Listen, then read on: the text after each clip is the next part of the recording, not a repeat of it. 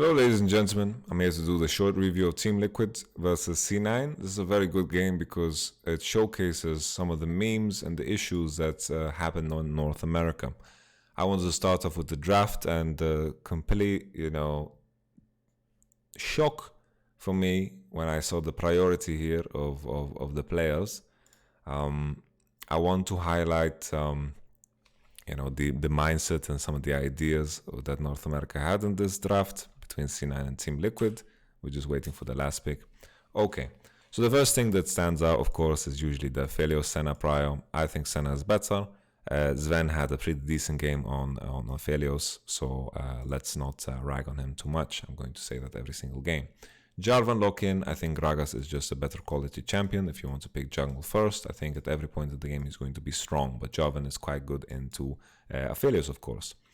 Lee Sin, good matchup into Jarvan, can always fight him level 1, that's why you pick it into Jarvan most of the time. Level 3, Leith, Sin, and then he's going to win against Jarvan always. So this is considered a soft counter.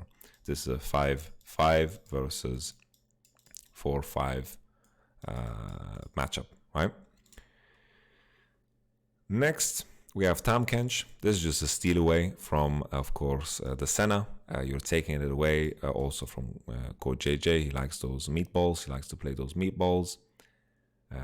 We have to also acknowledge here that the pick that freaking Team Liquid did was really troll. Picking Trash here is just really bad. You should pick Braum. 100% you should pick Braum. It is good into Tam Coco, good into Aphelios, and also the synergy with Senna is just plain OP. Because Senna's Q applies on hit effects and it works on Braum Q, and the slow and the synergy in general, it's just much better. The synergy between Thresh and Senna is very little beyond the capacity of what the lore brings us. So that is really troll. On top of that, Code JJ Trash is something that I have very little information on. So it is very, very bad. There is no reason to pick Trash here. This is just, Code JJ practiced in off season and wanted to show off. So this is a big question mark. Next thing that I wanted to address was the bans. I like the Ornn ban into Impact. Irelia ban was really troll. I can't imagine Jensen playing it, and I can't imagine Impact playing it, so I don't know about the Irelia ban. Lucian ban as well. I think against good teams, meaning Chinese teams and Korean teams, there are some Lucian mid lane and some Lucian top lane that is dangerous, but Lucian bot is not a thing. I think Lucian ban is something that people should let go of because honestly, I think it can be a trap for a lot of players. I think like Cabochard is allowed to play it, Perks is allowed to play it, maybe Nuktak, but the rest is like whatever. Second wave ban, Team Liquid as well. Their third 3 bans is just standard like high tier champions, nothing too big to discuss about. Second wave ban, Orianna, Echo, Zoe, LeBlanc. So LeBlanc is a good ban, right? Zoe is a good ban too. Good blind picks that are being removed off the table. Orianna, Echo are kind of strange. They're very low tier. Keep in mind Syndra's disabled. So now in terms of what you want to blind pick for mid is very difficult, right? But blind picking top is very easy. So now they're blind picking Azir, which is a big question mark ping, right? Big question mark ping. We're going to even make it like that. We're going to make it look cartoony. We're going to fill it in a little bit. Big question mark ping here, picking Azir. This was the time to pick top lane. You had to pick top lane because look at the outcome of them picking top lane last. Core JJ have, like here, he's picking Mordekaiser for Impact, of course. Mordekaiser against Aatrox is your conclusion. It is your conclusion. This is your conclusion to use last pick. So imagine here, you last pick mid, you can find a counter, maybe you can find Cassio, maybe you can find Kassadin into Azir, Kassadin into Veigar. It is difficult to blind pick, but honestly, like if you look at what you should pick here, most of the time it's like Cassio, maybe Victor, could be fine. Maybe, if a gun to my head, I think Nautilus mid lane is also really good here. Like there's much better blind picks than freaking Azir, right? It's very, very bad. And, the matchup into Veigar is not terrible, but Veigar is happy to play this matchup, right? Veigar is happy to play this matchup. Veigar, I think, is good into Thresh. Veigar is good into Jarvan. This is, for some people, they think Veigar is a counter. I disagree, but still, Azir blind pick in order for you to get Mordekaiser counter into Aatrox. A skill matchup? Licorice versus Impact in a skill matchup is already troll, you know, if that's your outcome of 5th picking. So just 5th pick top, and then last pick mid, and then, you know, what will the enemy team blind pick? It's difficult. It is difficult to pick. If enemy picks Casio, you go Vel'Koz. If they pick Rise, you go Casio. There's a lot of counters. It is difficult to blind pick mid. Probably the best, I would say, to blind pick is just Nautilus. Nautilus. So, Azir troll, Thresh troll, last pick top if you have Impact is also really, really troll. Tahm became good because enemy picked Thresh. If the enemy picks Braum here, it's just GG, right? So we move on. Also, fucking pick Gragas, man. Pick Gragas. Gragas is so OP. Pick Gragas. And we continue to the game. It was pretty boring, honestly. A lot of the points in the game were very stale. Nothing happened. Shenfire burned Flash in mid, and then there was a roam. C9's bot lane maintained Prio. They have BF into Pickaxe. That was very beneficial for them, was very good. Mordekaiser burned Flash on a gank from Lee Sin. Here, Shenfire is showing Impact should have ulted Licorice, and then they can just teabag him and then just kill him.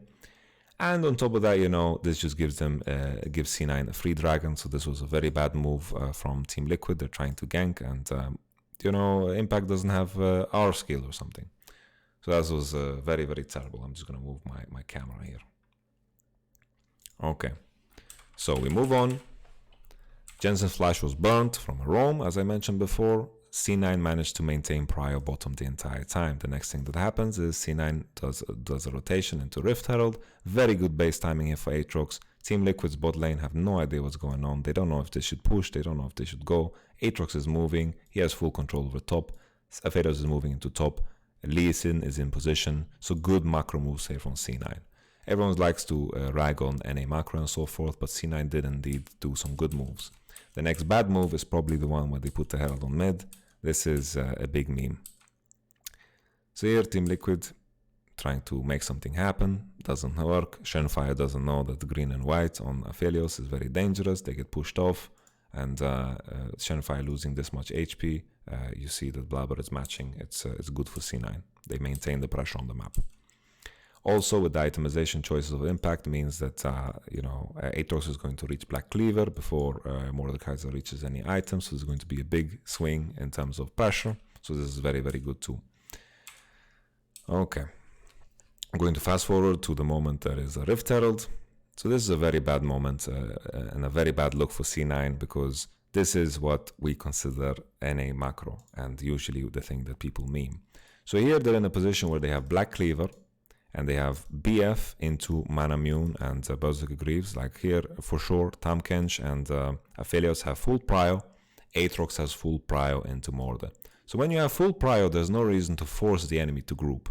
If you're weaker on side, then you want to be in mid and you want to force a 5v5. But right now, C9 is stronger. And these players, they know it. Sven knows it, Licorice knows it.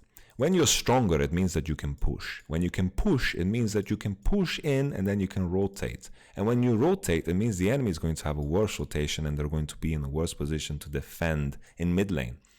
Right now here, Team Liquid is already grouping as 5 and C9 is grouping as 5. And then it's just a big question mark. What on earth is this? What on earth is this move? They are TPing. They're TPing, right? Niski is TPing on the wave. Everyone from C9 is like, it's time. There is a gravity field pulling us into mid lane that we just need to follow. It just doesn't make sense. It doesn't make sense. If you're weaker everywhere, okay, group 5-5, maybe it's your best option. But now, it's not the move. It's not the move. So here, you can see it starts off with, you know, Licorice getting caught here. Very bad start. Here, C9, even though even in gold, they're in a winning position. They're winning every part of the map. Here's a nice route from Sven. Good ultimate, flash from Shenfire out, and then here, as the fight continues, it turns pretty disgusting. Double lift, flashes out, good eats here to save Blabber, but then here, you know, this looks kind of rough for C9 because it starts off with Licorice running it down and getting caught, right? Getting caught because of this call of just grouping on mid. And then here, Jensen, he just face plants into the Vega stun. So this is, everyone should just question mark ping this, you know, because this is, you know, this is very bad, very, very bad. Terrible, in fact. Terrible. We move on. Jensen gets popped. Impact gets kicked off. This is good. Team Liquid still in a good position because it all started with C9's bad macro move of grouping onto mid, and Team Liquid just, I guess, predicting it and being around mid lane. If C9 just fixed their sideways first and they used the sideways first, it would have been better. We're going to see how this C9, because both waves are slow pushing towards C9. So if they catch this, still Team Liquid are the ones losing CS. Licorice TP'd on bottom. Here's Shenfire finding the EQ on Blabber, and there's the flash. Very good moves from Shenfire. Honestly, probably the best performer on Team Liquid, which is crazy.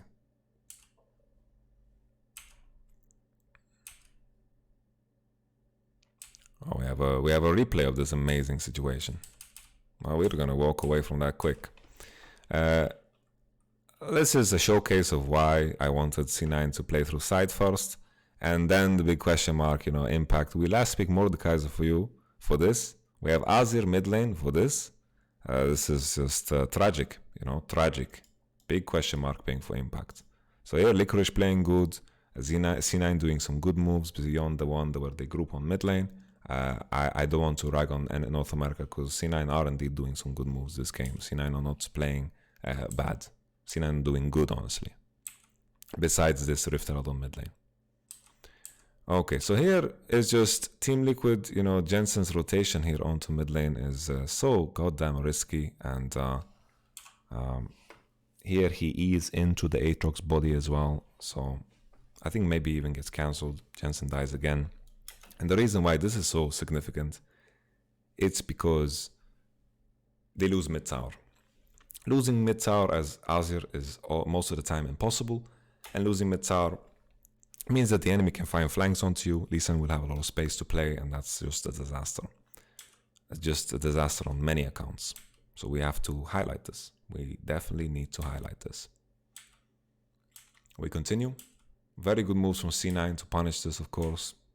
Licorice movement on the map is honestly not that NA. It's quite good, because we're going to see it in this moment as Rift Herald is spawning. Licorice is killing a wave on bottom, killing the wave here, and then walking into mid lane. C9 is in position to start Herald, and Aatrox knows just because he doesn't have TP, needs to walk into mid, and then C9 will hover into top side and take the Rift. So C9 once again with a good move. Good macro move. They did a good swap earlier. Good objective control. But now the next thing that happens is honestly crazy. Because as we see in 1 minute, Drake spawns. Drake spawns in 1 minute. So the question here is C9, okay, they're giving up Drake space in order to push top. They're going to take two top towers, and they will perceive this as worth it. Bottom tower might fall, it was already low HP. Here, Team Liquid should take full control of the Drake area. It's very important, right? Very important they take control of the Drake area. C9 are showing on their players. Niski, of course, has TP, can join the fray. But now, Team Liquid somehow gave up mid prio. It's not that great. Azir should have pushed bottom, hovered into mid. Niski and Lee Sin were showing on top wave, and C9 still managed to get mid prio. There was no reason for Trash to show on bottom wave. He was showing on bottom wave. Azir was showing on bottom wave. It's not necessary. This gave C9 a lot of breathing room here. Niski is basing, and now he's TPing, and he has 2 finished items already at 17 minutes. Super, super powerful. So here, even though the gold is relatively even, is it even? I can't see because of the YouTube thing. Nevertheless, the big items are finished here on a lot of the players here in C9. That's super, super important. So first and foremost, we have this little dance. Team Liquid are in a better position now to just look to start the dragon. They could have been here already and started it, because it's very difficult to face check through these pink wards that are placed. So this could be an opportunity to Drake. Instead, C9 take the wave, and then this, for some reason, prompts a move here from Team Liquid to cross. Here, if C9 even just put down Veigar E, like Team Liquid are just screwed completely. This already is a big risk. When you've taken control over this space, you keep it.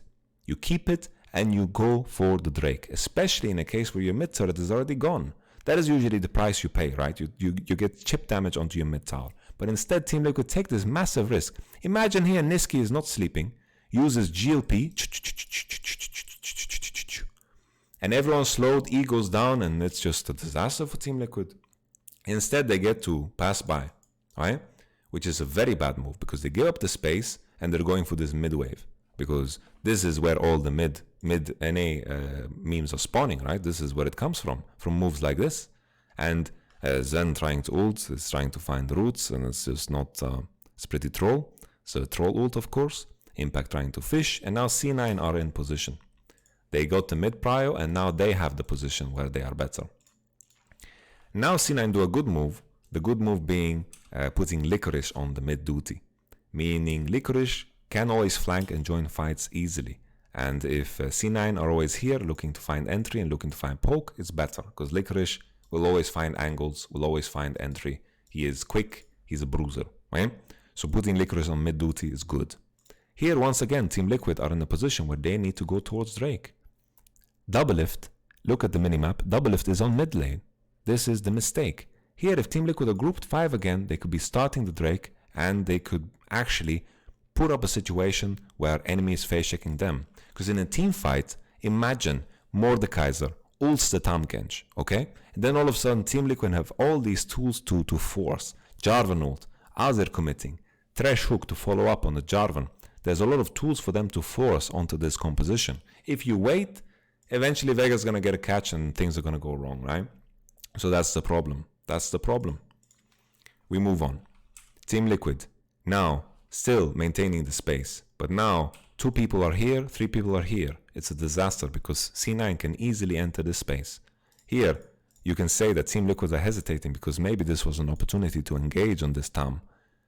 It's very important the way I describe the team fight to play out. Mordekaiser should always, almost in every case, target the support because it's a free kill, you know?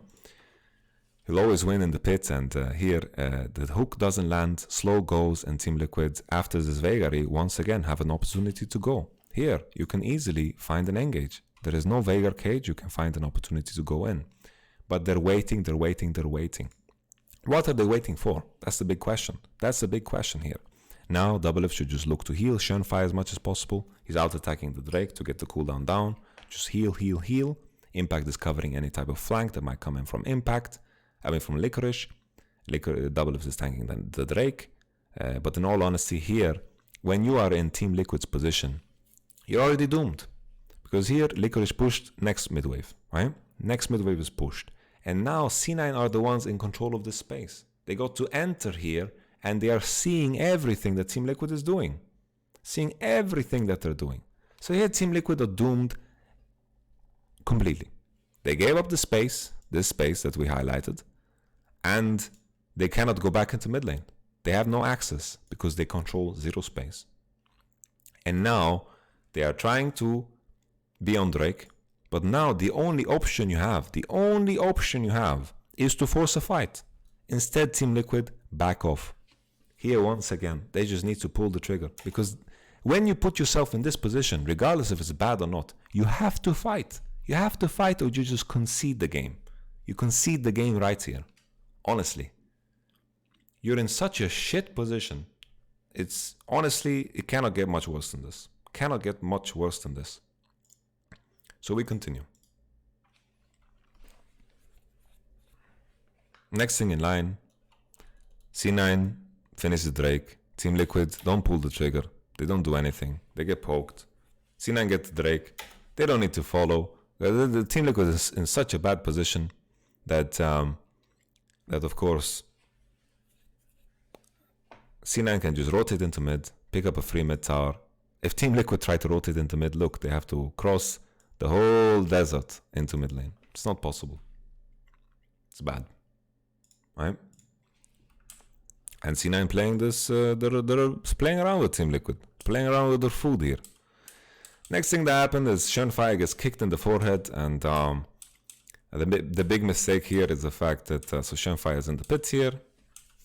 Blabber kicks him in the head. Blabber with the good moves. Boom, boom, Q, boom.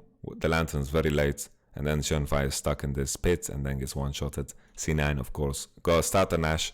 Impact, for the love of Jesus, just TP into the pit when the time is right. Ult Blabber, kill him, and make it into a 50-50.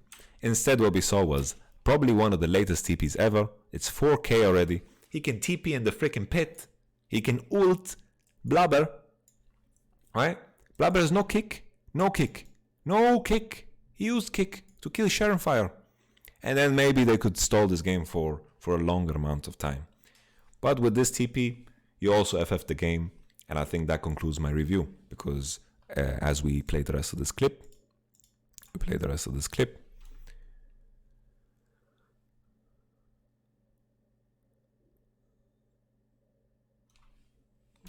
Mordekaiser ults Licorice. He ults the one person he can't 1v1. Doesn't get much worse than that. Doesn't get much worse than that. Honestly.